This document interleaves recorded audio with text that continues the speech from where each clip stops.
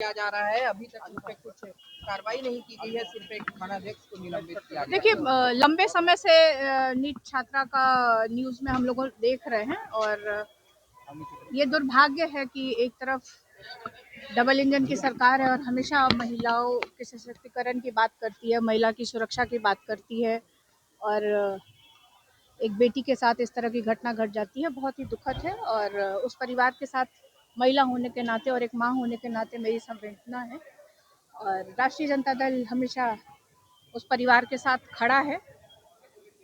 और देखा जाए तो सरकार कोई कार्रवाई नहीं कर रही है। कुछ मीडिया के कुछ न्यूज़ चैनल्स ही हैं, वही इस बात को पुरजोर तरीके से उठा रहे हैं और सरकार के कान पे जू भी नहीं रेंग रही है।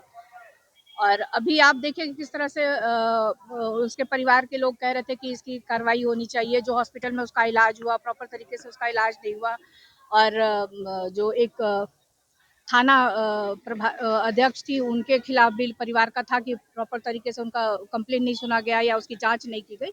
तो कार्रवाई होनी चाहिए, जो लोग दोषी हैं उस पर कार्रवाई नहीं होनी चाहिए। मेरा तो ये कहना है कि शायद सुनने में ये आया है, मुझे पूरी जानकारी है नहीं, कि परिवार के लोग सीबीआई इंक्वायरी की मांग कर रहे हैं। तो सरकार को सीबीआई इंक्वायरी सौंप देनी चाहिए ताकि सही तरीके से उसकी जांच हो करके। और ये कोई पहली घटना नहीं है।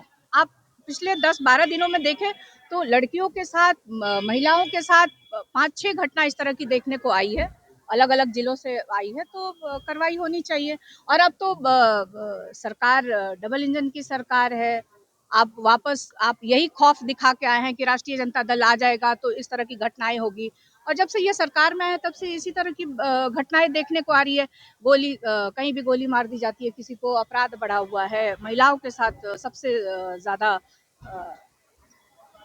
बिल्कुल बिल्कुल बिल्कुल राष्ट्रीय जनता दल अपनी तरफ से पूरी कोशिश करेगी कि बजट सेशन में हम लोग इस बात को वहाँ पे रखने का काम करें। यूजीसी कानून को लेकर विरोध हो रहा है, ब्यूरोक्रेट जो है। देखिए, कल न्यूज चैनल्स में हम लोग कल से हम देख रहे हैं और इस पे पूरी जानकारी लेके हम आपके बीच अपनी बात को रखेंगे। के माता पिता का डीएनए टेस्ट किया गया है, क्या लगता है कि लिपापोती की जा रही है?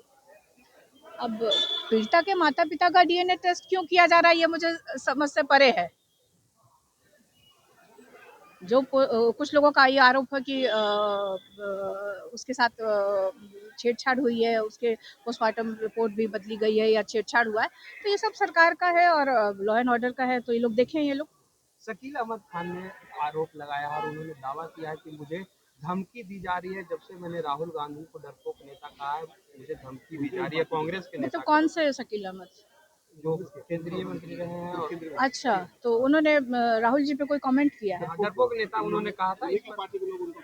अब ये तो मोबाइल है और आजकल तो टेक्नोलॉजी का जमाना है, तुरंत सीडीआर निकल जाएगा कि धमकी देने वाला कौन है। वो भी बिहार में बैठे हैं, डबल इंजन की सरकार है, सुशासन की सरकार है, तो तुरंत पता चल जाएगा कि धमकी कौन दे रहा है। उसको पकड़िए और कार्रवाई करिए कि आखिर ऐसा क्यों धमकी दे रहा है वो कोई।